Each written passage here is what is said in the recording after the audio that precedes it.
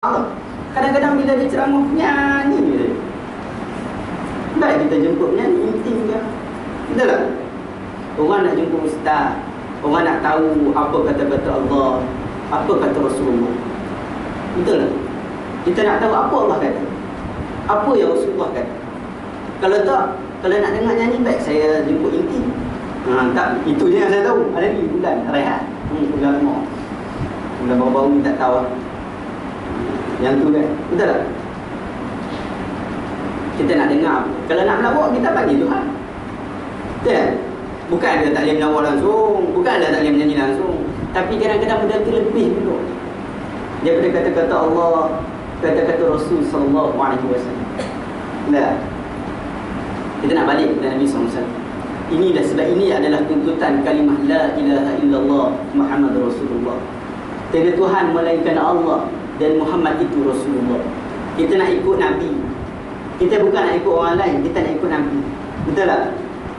Kita ni solat ni, ya Allah, kalau boleh angkat ni, kita tahu ni Rasulullah dalam hadis yang sahih mengatakan Rasulullah angkat tangan dia, angkat jari dia tu, tangan dia tu sekata dengan bahu dia. Ada yang kata macam ni, ada yang kata macam ni, ada yang kata macam ni. Ada kata macam ni sebab dia sekata sini kan.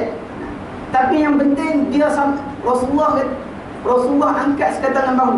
Saya buat macam Rasulullah buat.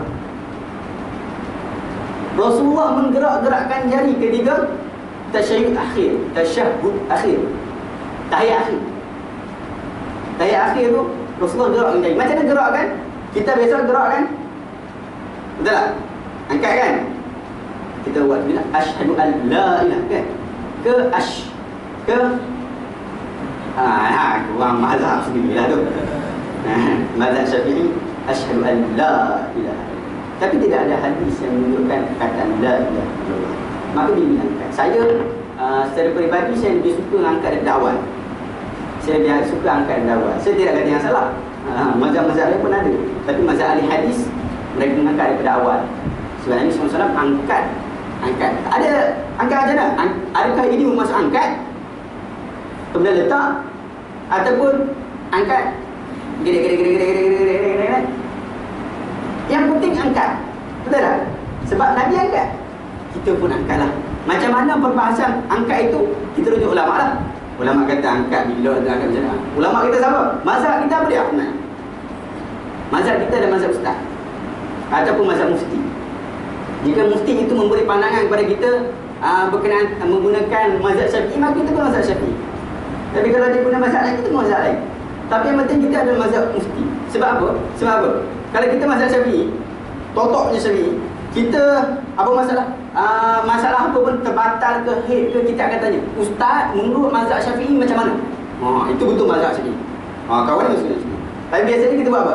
Ustaz, kalau head ni macam mana? Betul tak? Kita tanya macam tu kan? Kita tanya mazhab mana kan? Maka kita mazhab ustaz. Betul? Betul. Cakap macam agama kita orang pula. Tapi yang betul, itulah mazhab kita. So jangan bergaduh-gaduh sangat dengan bab mazhab. Saya mazhab Syafi'i. Tapi para ulama sangat mengagungkan mazhab Syafi'i, mengagungkan Imam Syafi'i. Bahkan ramai ulama dalam mazhab Syafi'i itu seperti Imam Nawawi rahimahullah, Imam Baihaqi rahimahullah, mereka ini sudah mampu untuk membuat mazhab yang lain, tapi mereka tak buat mazhab lain. Sebab apa? Mazhab Syafi'i ini sangat kuat dari segi sandaran. Sangat kuat. Bahkan dia menjadi mazhab yang paling famous dalam dunia ni lah. Sekarang ni lah. Mana tahu nanti tahun lepas ni. Sebab kita memang guna mazhab lain banyak. Dalam bab zakat kita pakai mazhab apa? Kalau ikut mazhab Syafi'i tak sah zakat kita. Betul tak? Kita zakat pakai duit je. Mazhab Syafi'i kena bagi makanan ruji ataupun makanan ruji kita lah. Beras lah. Bagi buat. Tak bagi, kalau bagi benda lain selain daripada beras tak sah. Mazhab Syafi'i. Tapi kita ikut mazhab lain lah. Kita ikut mazhab Imam Ahmad bin Hanbal dan mazhab-mazhab yang lain. Nampak tak? So jangan gaduh sangat tak mazhab. Kita ni ustaz dia. Tapi saya cakap betul lah. Lepas ni kan, kalau antum nak tanya ustaz, tanya macam ni. Dan antum akan susahkan ustaz. Confirm. Saya cakap betul, confirm. Sebab saya pun pernah selalu. Bila ada masalah, tanya ustaz, apakah hukum ni berdasarkan hadis Nabi ataupun berdasarkan pandangan Nabi semua? Tanya macam tu. Biasanya kita tanya, apa hukum sekian-sekian? Ustaz akan terus jawab, begitu-begitu.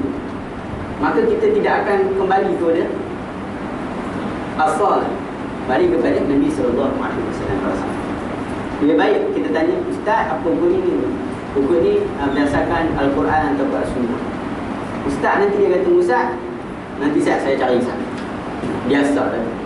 Ustaz dia tidak tahu semua benda. Kalau Ustaz tahu semua benda, dia jadi apa? Dia jadi inilah, dia jadi Nabi lah. Nabi pun tak tahu semua benda. Siapa hantar semua benda? Tuhan tahu semua benda. Ustaz tak tahu semua benda. Sebab tu dalam hadis riwayat Abu Dawud, Nabi SAW sebut, kullu bani Adam khata'un wa khairul khata'in at-tawwabun.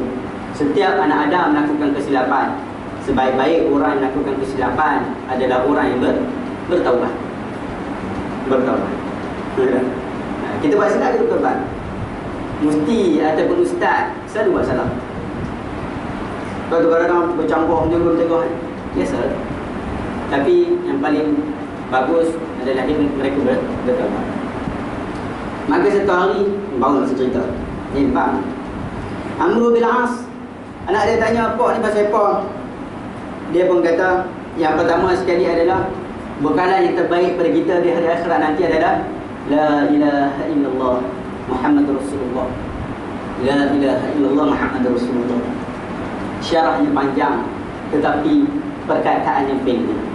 Sebut pun pendek, tapi nak bawa dia berat. Dia kata, sesungguhnya dulu aku berada pada 3 keadaan. Yang pertama, aku melihat diriku ternyata tidak ada seorang pun yang lebih membenci Rasulullah pada ketika itu, sebelum dia masuk Islam. Yang lebih membenci Rasulullah daripada diriku, dan tidak ada sesuatu yang lebih aku sukai daripada aku dekat dengan baginda, sehingga aku boleh membunuh. Dia ni memang tak suka Rasulullah, benci suku. Kalau dia duduk dekat dengan Rasulullah, dia nak bunuh. Dia memang ada niat nak bunuh. Sekiranya aku meninggal dalam keadaan tersebut, nescaya aku termasuk penghuni neraka. Kalau aku meninggal dalam keadaan aku benci Rasulullah, maka tempat dia adalah neraka. Begitu juga kita. Kadang kita sebut perkataan kita, memanglah Nabi dah sebut, tapi kita kena ikut. Sekian-sekian kata, hati-hati dengan kata-kata ini. Betul tak? Sebab tu dalam banyak perkara umat Islam tawakuf. Kata tawakuf ni saya sebut sebab saya suka bila ada whiteboard. Saya nak bagi tahu sebab apa orang umat Islam sekarang ni di Malaysia dan tempat-tempat lain, dia orang ni agak bergaduh. Sebahagian kata perkara ni bid'ah, tak mau buat langsung. Betul tak? Sebahagian ini mengatakan bahawa ini adalah boleh ada kesedaran Nabi SAW. Di sana ada 2 perkataan. Yang pertama salah. Pernah dengar? Cantik di sana. Daripada darjah 1 sampai tingkatan 5 akan dapat pen merah. Sila cantikkan tulisan dah. Satu ni dia sebut khalaf. Salah dia kata dalam bab ibadah tak boleh buat kecuali ada dalil. Bila dia sebut macam ni, tahlil boleh buat tak? Tak boleh. Sebab tidak ada seorang sahabat Nabi yang buat. Tidak pun Nabi buat, maka tidak boleh. Kalau pula dia kata, kalau ada dalil,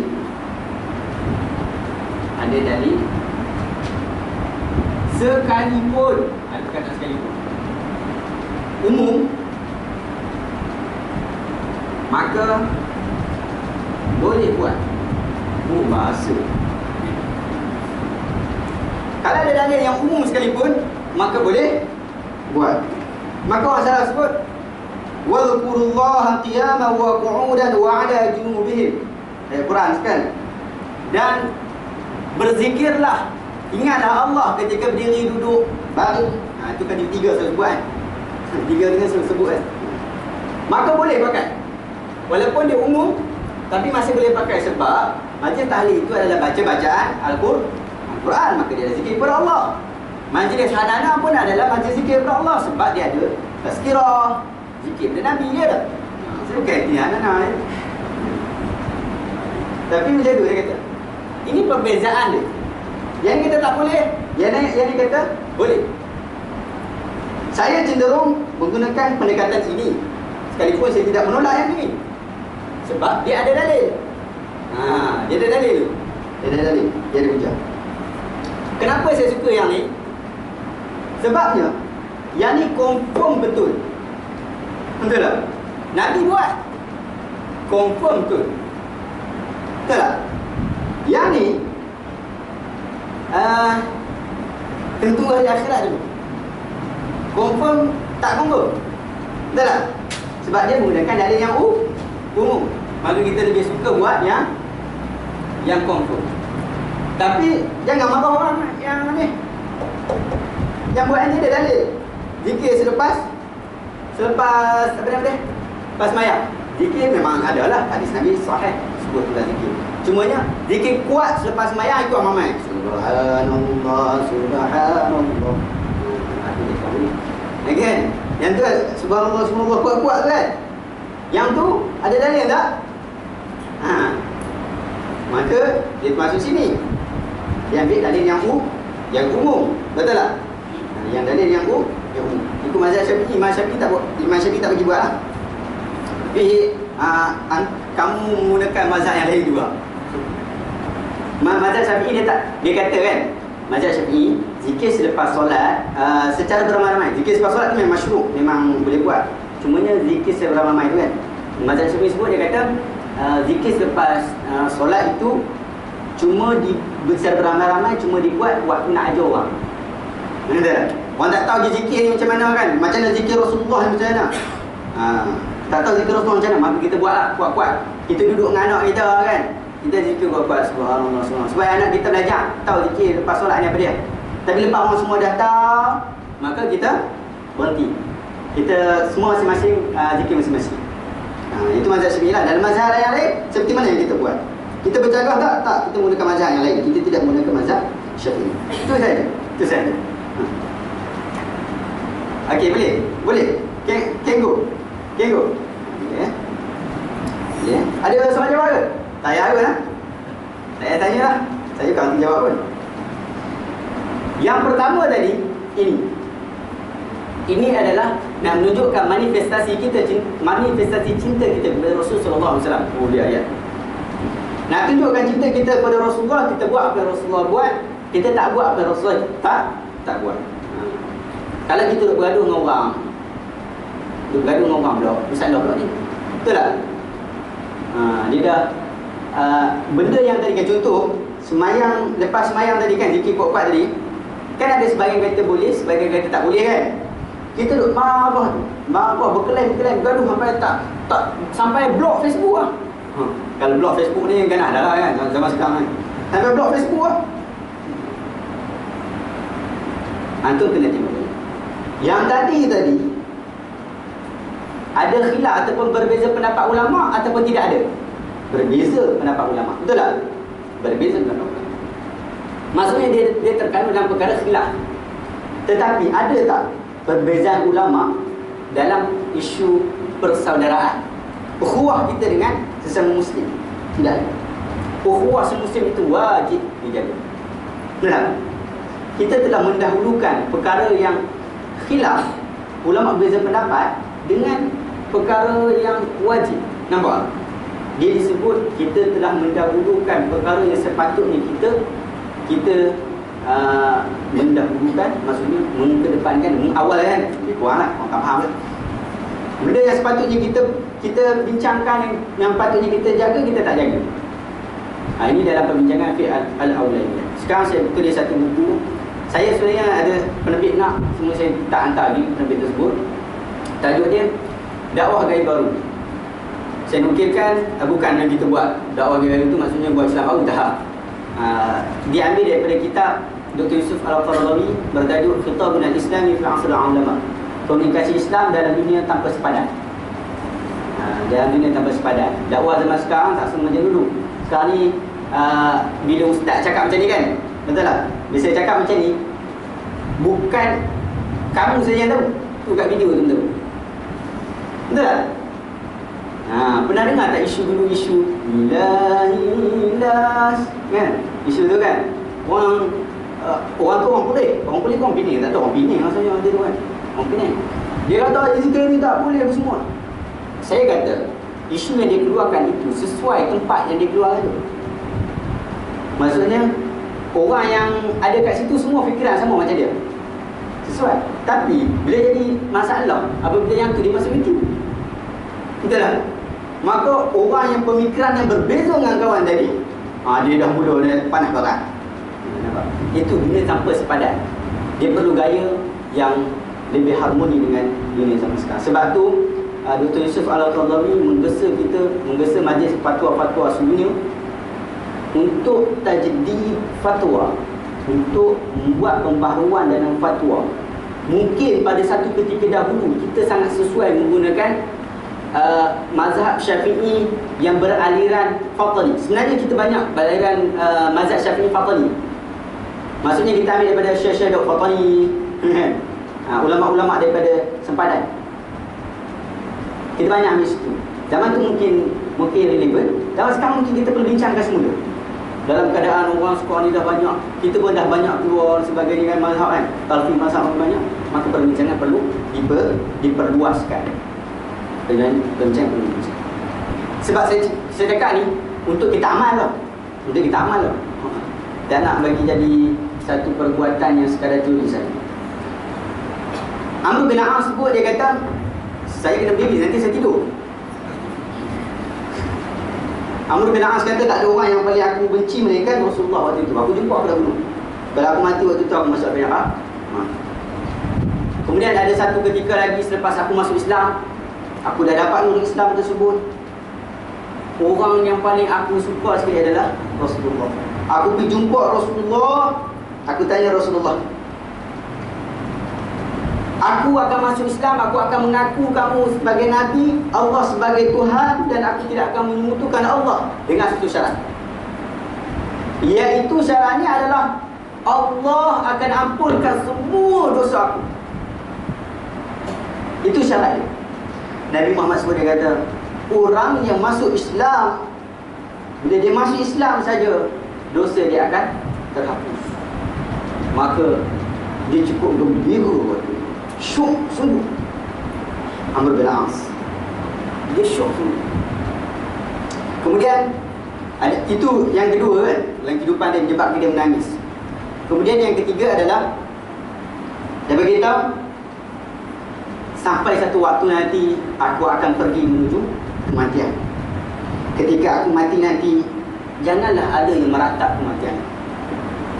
Janganlah ada yang menangisi kemergian. Datanglah ke kubur, hantarlah aku, doakanlah aku